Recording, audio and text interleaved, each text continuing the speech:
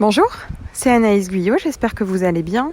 Je suis sophrologue consultante et j'accompagne les entreprises à replacer l'humain au cœur de leur organisation, en outillant notamment les hommes et les femmes qui la composent à savoir gérer eux-mêmes et elles-mêmes leur stress et leurs émotions. Prendre du recul. C'est une thématique d'intervention qui revient très souvent dans les entreprises que j'accompagne. Et de la même manière que je l'ai fait au sujet du lâcher-prise dans un précédent épisode, vous pouvez d'ailleurs cliquer sur le petit i en haut à droite de l'écran qui apparaît si vous êtes intéressé par cet épisode. Donc de la même manière que je l'ai fait, je pense que lorsqu'on veut avancer sur nos mots MAUX, il faut commencer par s'intéresser aux mots MOTS. Si je veux prendre du recul, ça sous-entend de fait que je suis trop près de quelque chose ou de quelqu'un, en tout cas d'une situation sur laquelle je veux prendre du recul. Ça veut dire que je la regarde beaucoup trop souvent, de beaucoup trop près, sans prendre justement du recul. Alors, à quelle occasion de la vie courante on prend du recul ? On prend du recul lorsque, par exemple, on réalise un tableau, on fait de la peinture. On a besoin de prendre du recul pour voir si on respecte les proportions, si l'équilibre est retrouvé, si les harmonies, les couleurs sont cohérentes.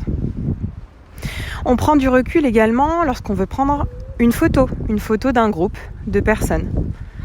Lorsqu'on est nombreux et qu'on a besoin de faire rentrer tout le monde dans l'objectif.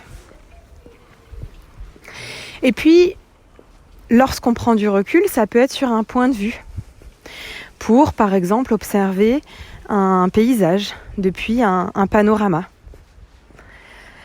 Et quand on prend ce recul-là, quand on va à cet endroit-là qui nous permet de prendre du recul, on voit les choses dans leur ensemble. On voit beaucoup plus de choses. Je suis lyonnaise, j'habite à Lyon, et lorsque je monte sur l'esplanade de Fourvière, je peux voir presque l'intégralité de la ville de Lyon et bien plus encore. Et ça me permet de voir un ensemble de choses sans zoomer dessus. Donc prendre du recul, il faut avoir conscience que c'est qu'on regarde de beaucoup trop près quelque chose. Et là, on rejoint la notion de l'ego dont je vous ai déjà parlé plusieurs fois. Je vous remets les liens successivement en cliquant sur le petit en haut à droite de l'écran. Les liens vers les 2 épisodes sur l'ego. Quand je regarde les choses de beaucoup trop près, c'est qu'il y a une partie de moi qui s'y est identifiée. C'est qu'à un moment donné, la relation que j'entretiens avec cette chose, cette personne, cette situation avec laquelle je veux prendre du recul, elle est venue peut-être titiller mon équilibre intérieur, mon équilibre émotionnel, et il y a une partie de moi qui s'y est identifiée. Et donc, à l'intérieur de moi, j'ai perçu ça comme une menace, puisque si ça s'effondre, si ça sort de mon contrôle, si ça se passe pas comme je pense que ça devrait se passer, ça menace ma personne, ma survie, en quelque sorte. Donc pour aujourd'hui, si vous sentez que vous avez besoin de prendre du recul sur quelque chose, moi je fais toujours la méthode inverse. Donc je vous demande pas d'aller vous asseoir, de respirer, de penser « je prends du recul, je prends du recul, je prends du recul ». Non, moi je trouve que c'est extrêmement énervant. Je vous propose plutôt de prendre une feuille et un crayon et de noter